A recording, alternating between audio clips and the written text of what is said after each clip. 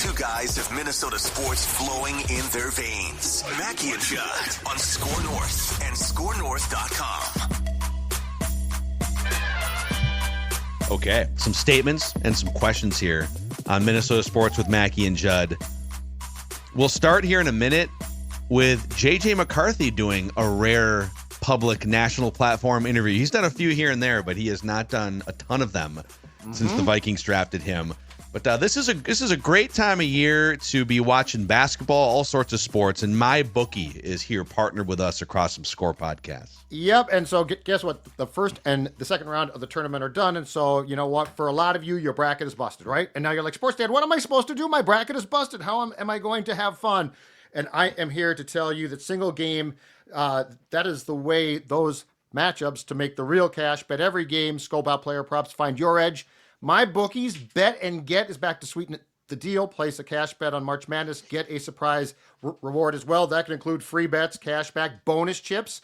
Sign up now with the promo code Minnesota Sports and claim your deposit bonus to make the most of March Madness. Great time of year. Go to mybookie.website/Minnesota Sports, mybookie.website/Minnesota Sports. Bet on every game, anytime, from anywhere, thanks to MyBookie.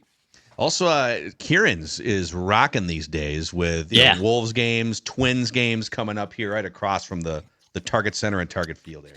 That's right. It's your great pregame destination for all Timberwolves and Twins games. We'll actually be hanging out at Kieran's next Thursday for the Twins home opener against the Astros from 1 to 2 o'clock. So if you had pregame plans for that, we'll be there broadcasting, talking Twins baseball. And it's also just a great spot to grab a cold one pre and post Wolves or Twins games. Go check out Kieran's, just steps away from Target Center and Target Field.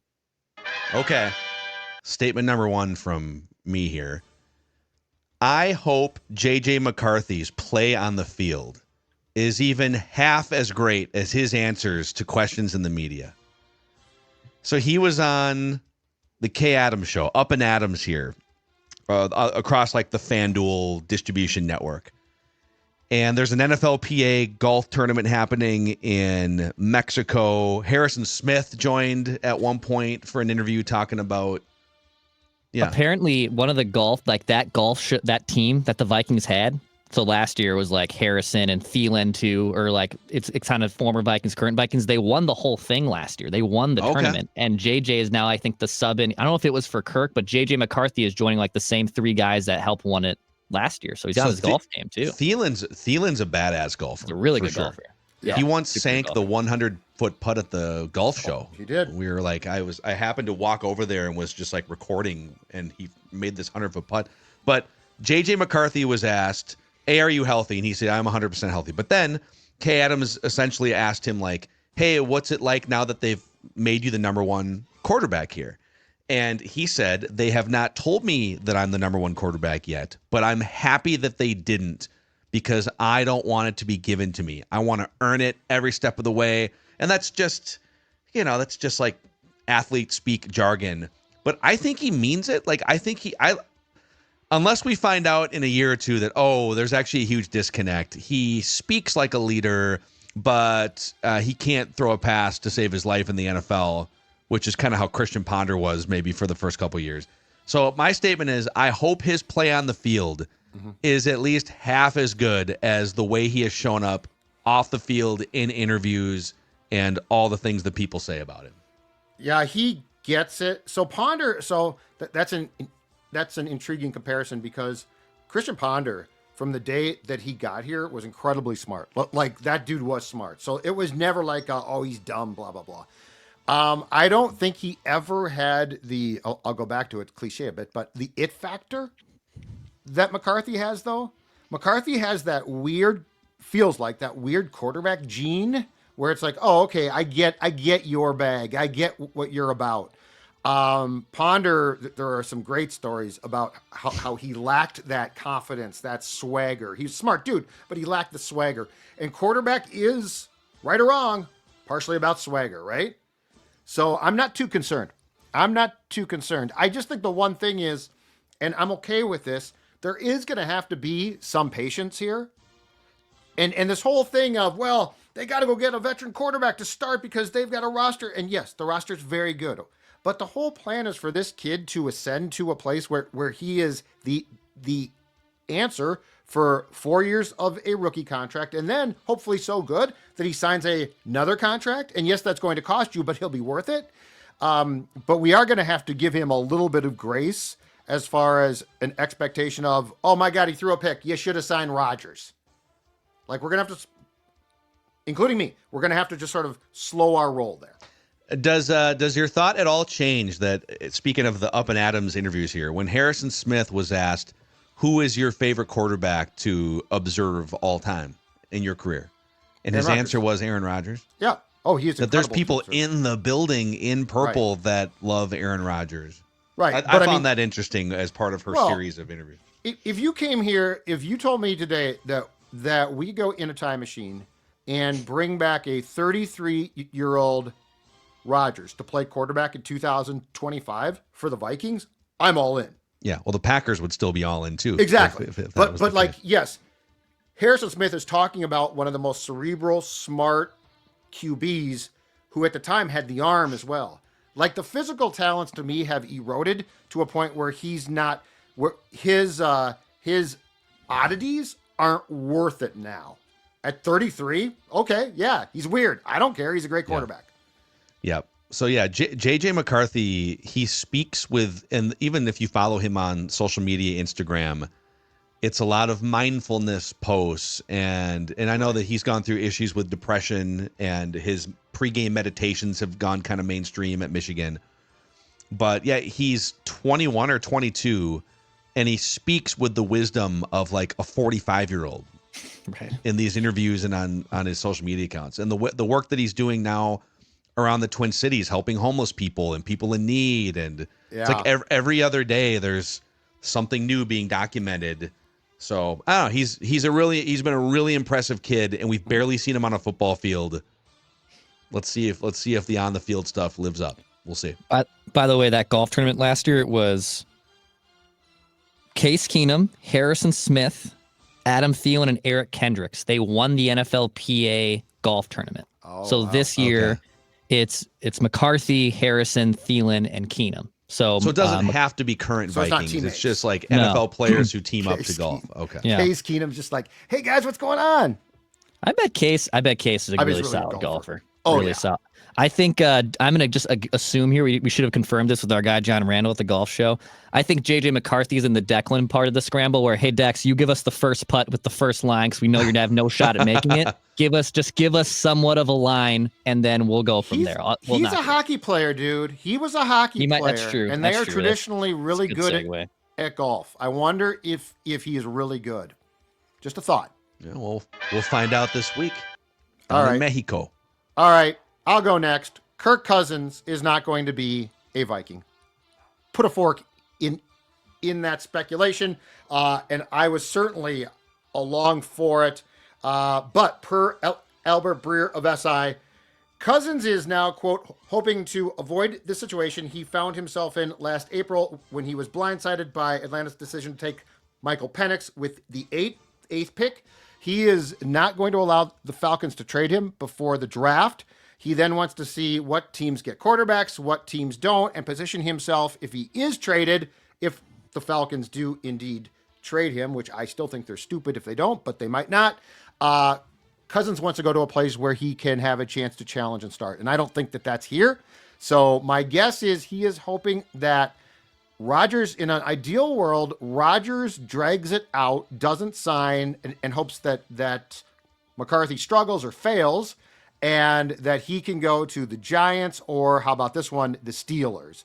And I still think the Browns, but they could draft one. I still think the Browns are an outside chance, but it sounds like Kirk, not surprisingly, is 100% positioning himself for a starting job, and that to me does not jive with coming back here. I don't blame him because this makes sense strategically from his standpoint with that full no trade clause.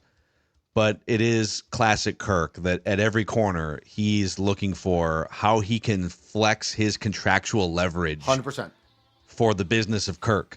Yep. And this is all he has left right here in this particular case, which is I don't have my starting job anymore. Yep. I don't have any sort of ability to freely pick my team right now. All I can do is, because I'm still under contract until they do release me or trade me. Yep. I can tell them, I will dictate the timing of this interaction, and it will be after the draft. I'm learning my lesson from a year ago when I thought you guys were not going to draft Michael Penix. He's flailing. He's like taking his last punches. What do I got? That's exactly right. But it's clear, though, that he is saying now, I'm a starter. I should start. Look at me, look at me, look at me. So I actually think that Steelers scenario makes some sense. I think so. He now, according to Over the Cap, yeah, Over the Cap now has him. Well, wait, how much has he been guaranteed from the Falcons so far? They have 62 and a half. I thought it was more after the 10 roster bonus, but the total amount of money that he's made it's since 100 at the end of the day, right? So I think this is outdated information. So add 38 million to the 293. Kirk will call him and correct it. He is the third all-time highest career earning quarterback in the history of the NFL behind Aaron Rodgers and Matthew Stafford. He just, I think, with the latest roster bonus kicking in, I think he passed Tom Brady and Matt Ryan to move into third place. Think about that for a second. Tom Brady. Think about that. A little bit of a different era because Tom Brady started his career in 2000.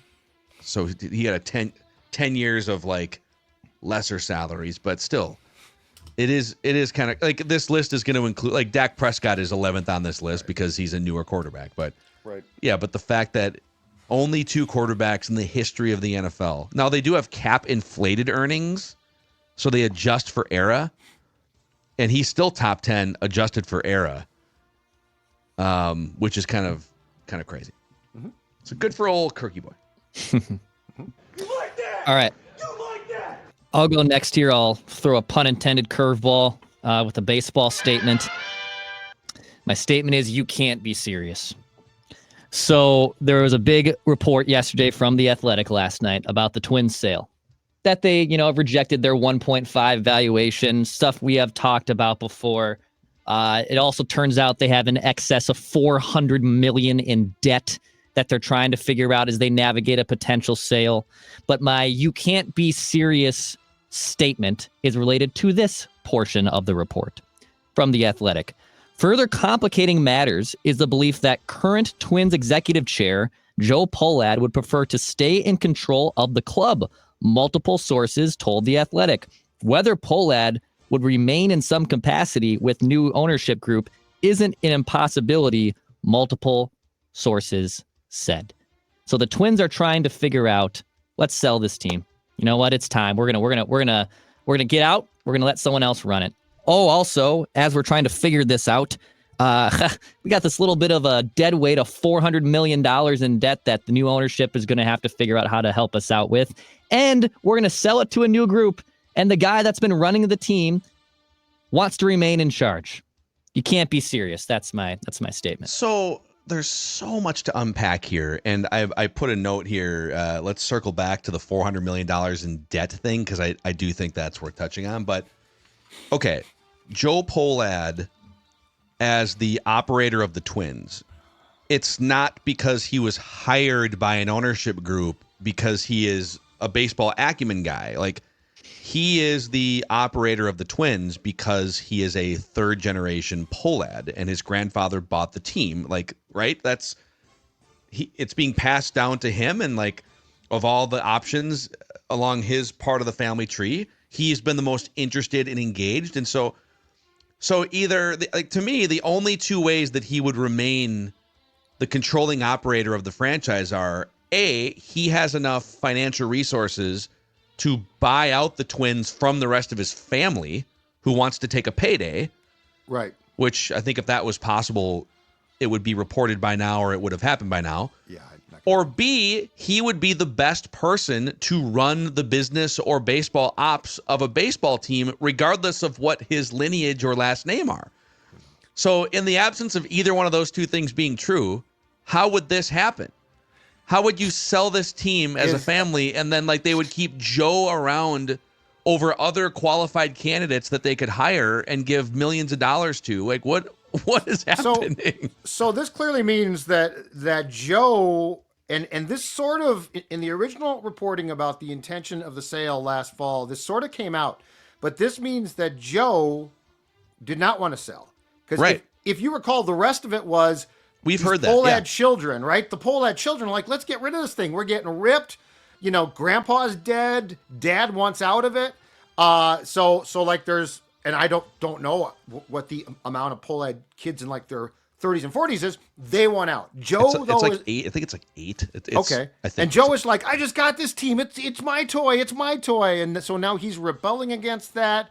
And they want at least 1.7 to 2 billion. They've been offered 1.5. And so they're threatening now that, well, if we can't get at least what Baltimore got, we're going to pull the team off the market like the Nationals and Angels did. And I think the reporting that I saw in the Athletic story yesterday was that these reports that there were, so when Matt Ishbia or Justin, when Justin Ishbia originally said, I'm going to go from trying to purchase the Twins to get more stake in the White Sox, the reporting from the Athletic at that time said, well, Twin sources say that there are people stepping up to the plate who want the team.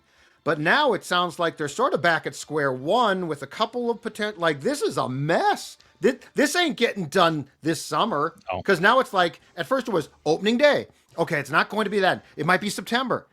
We're looking at another year with the way this is going. Yeah. And the debt thing is super interesting because apparently that's the most debt. It's reported, what, $400+ million in debt. That's the most debt of any. It's more than the Mets had. Yeah, it's one of them. And again, we don't, in the absence of like more investigative reporting, we don't know the origins of it, if they've been carrying debt for 10 years, whatever. We don't know. Right. But what we do know is they've kept a really competitive payroll, not like a Yankees or certainly Dodgers level payroll, but they've kept a pretty darn competitive payroll since 2021. They've been, the pandemic hit and everything got stripped down. But they came out of the pandemic and they've had 125 million, 134 million, over 150 million in 2023. They drop it back to 127 million. Now it's going to be, it's up from last year as of right now. It's like in the 130s or something, maybe 140 in terms of opening day payroll. But they've had attendance in the tank compared to competitors. Their local TV revenue and situation completely eviscerated over the past 2 years, or evaporated.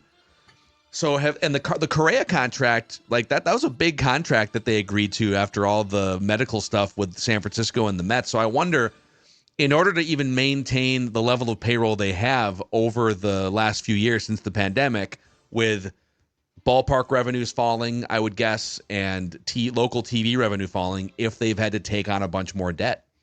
Which, credit to them for, probably. The perception's been like cheap Pohlads, but they're carrying $400 million in debt to put a team on the field. So, but the problem is too, you have to continue to spend to make. So it's like, okay, if you dump more payroll, if you dump it, okay. Well, the problem is Twins TV is partially now reliant on people pay, you get paid. So it's a real conundrum here. Yeah. Because if you continue to cut back, yes, you're going to save, but ultimately now there's attendance that goes down again from its current state, which is not great. Twins TV, who subscribes. So like this is a really sticky place. And I would say this, they should sell the team.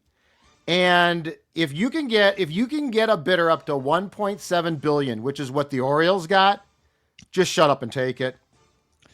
Yeah, Please. The Twins right now are so Forbes released valuations recently. So the Twins are worth 1.46 billion. That debt value that's mentioned. So only the Nationals, Rangers, and Marlins, and the Marlins by a wide margin at the top, have the most debt in terms of their debt valuation. Well, and in the sale, that debt would be factored in too. So like look, if you're going to sell, which you should, you're going to take less, because the people that buy the team are going to, I guess, as part of a proposal, take on that debt, right? Yeah. So if that's the case, you're going to get less. It's I don't know, man. Can't help you out. Interesting situation. The Pohlad wanting to maintain some sort of like role at the top of the organization is super weird. I would say, okay, if you believe that based on merit, you would be a paid employee of the next ownership group, or maybe you maintain a minority ownership stake in some form. Yeah. Okay, let's have that conversation. Or if you want to buy the majority from your family, but I don't know that there's is there a third path that makes sense? It's super weird. No. I would, if I bought this team, I would say, Joe, I really admire this. It's great. You are going to have an office right there where you will make no decisions for a year. And then I'm probably going to just allow your contract to lapse. Yeah. Man, I think fans were so excited 5-6 months ago for the sale of the Twins and the sale of the Timberwolves. And the Timberwolves thing is going to go through. But this sort of Glenn Taylor, will he appeal, will he not appeal, lingers over. And as of now, there's no way the Twins sell their team before opening day. This is probably something, per Lavelle's reporting, that lingers into just going to drag out, man. August. So I got one more for you guys for sure. But a reminder about the MyBookie offer here during peak basketball season. Absolutely great time of year. And as I said before, if your bracket got busted, that's okay. Single game matchups can be where the real dough is made. Bet every game, scope out player props, and find your edge. MyBookie's Bet and Get back to sweeten that deal. Place a cash bet on March Madness and get a surprise reward as well. Sign up now with promo code Minnesota Sports and claim your deposit bonus to make the most of March Madness. Go to mybookie.website/Minnesota Sports. That's mybookie.website/Minnesota Sports, and enjoy March Madness with MyBookie like never before. And while you're doing that, why don't you pull out you can either open the oven or pull out the pizza cooker and fire up a Pep's Legit Pizza, which has taken at least the show by storm here over the past few months. We are fully addicted here to Legit Pizzas, which you can find in the frozen aisle of many grocery stores around the Twin Cities. That crunchy crust, that robust sauce, stone-baked cracker thin crust, I should characterize it as. The mushroom and sausage is my favorite flavor, but there's 3 or 4 other ones. I saw Dex with a Supreme in his stash. Supreme, pepperoni, and sausage. I'll even say I cut it. Okay, I usually do the squares. I like cutting it into squares, that pizza. And I did normal style pizza cutting yesterday with it. Still just as good. Still delicious. Still just as good. So have that authentic at-home pizza parlor experience with Pep's Legit Pizzas. Okay, my statement is, this is terrifying. Have you guys been following the Mookie Betts health situation? Yeah. The past couple weeks? Down to 157, I saw. So yeah, he's down. I think it's 150 now. He was at 175, down to 150 pounds. And before the Dodgers and the Cubs went to Japan to play the opening series, he had some stomach issues. And so it's now been 2 weeks since he started experiencing issues. And according to multiple reports, yesterday marked 2 weeks since Mookie Betts last ate solid foods. His daily vomiting continues. Forget baseball, Dan Clark reports. I'm just really worried about his health. Mm-hmm. He's lost 25 pounds in 2 weeks. Mm-hmm. He hasn't held down solid foods in 2 weeks. I think he met with the media yesterday too in the clubhouse to just show that he's alive. Yeah. But that's terrifying. This is why I don't know, man. This is why I stick to the Pep's Legit Pizzas, man. There's no I don't deal with any parasites or any of that weird stuff. It was weird. Yeah, I mean, scary. I've had some nasty stomach bugs before, some horrible stomach bugs. But I couldn't imagine not being able to eat solid food for 2 weeks. Couldn't do it. What's the sickest stomach sickness? The sickest you guys ever remember? Yeah. 1990, I got a flu that was just epic. It actually, I was sick as a dog for 2 days. Started to feel good, okay, I'm back. And it came back. I think I rushed it, and I probably lost 15 pounds. Yeah. So I think that I have this correct. The sickest, in my opinion, I have ever been was not that. It was 6 years ago. It was in 2019. And if I think I remember, I think it was me, Rami, maybe even Derek Wetmore. There was a promotion at Target Field for the Williams Asa deal, some type of sandwich. And I ate that sandwich, and then that same night, I went to go. Dave Chappelle was in town. I went and saw Dave Chappelle's show, and I made it through the show. And like, I'm walking back to my apartment, and I'm getting up there, and I'm like, man, like I think I'm about to hurl. And I only had like 2 drinks, I'm not drunk. Like, this doesn't feel right. I proceeded to throw up for the next 16 hours. Oh. And when I mean every like 45 minutes to 90 minutes, I mean to the point where after the 5th time you're like, you have nothing to throw up. It's the bile, which is the worst. That's the worst type of throw up. And I'm pretty sure it was from a bad sandwich that I had at Target Field. I think it was. I think it was. Did you know when you were eating it, or did you think at all like this tastes weird, or? I can't. It's really good though. I thought I remember it being good, and it might not even been at Target Field. I thought it was something with a promotion or something with. I remember Rami was there too. I was with Rami because he was pissed that I was seeing Dave Chappelle without him. So yes, but it was the worst. I've never. I wonder had if it was one like the Target Field new foods thing, and they bring the media in to sample the food, but you don't know how long has that food been out for 5 hours. It's outside. Right. Poor Target Field's just being hammered here. No, and I love. Jack's like, I'm not sure it was them, but if it was, I got real. Probably Joe Pohlad put it out there. But how about 2 weeks, you guys? Though that's what's concerning to me. That's not 2 weeks is. That's not sick. That's something's wrong. I've had food poisoning 3 different times in my life. Once when I was 12, once when I was like 20 or 21 in college, and then once 2 or 3 Christmases ago when we were visiting my dad in Arizona. Oh. And all 3 times, I remember A, the thing that I was eating that eventually triggered it, and B, in all 3 cases, I remember thinking as I'm eating the thing that triggered it, something is off with this food. You didn't stop? 3 for 3. And let's unpack it. When I was 12, it was a McChicken at McDonald's. Yeah. Oh boy. And 12, you wouldn't stop. No, I was just something. But I remember seeing like it was like a different color on the inside. Okay. It was. This thing's green. Is this avocado, Mom? Okay. It was not, and then it triggered like 2 days of food poisoning, and then I got the flu and my stomach was off and it was bad. And then you're going back to class, and I remember the next year. Because I think I started middle school the next year, and I was terrified of having to throw up in school because of what happened.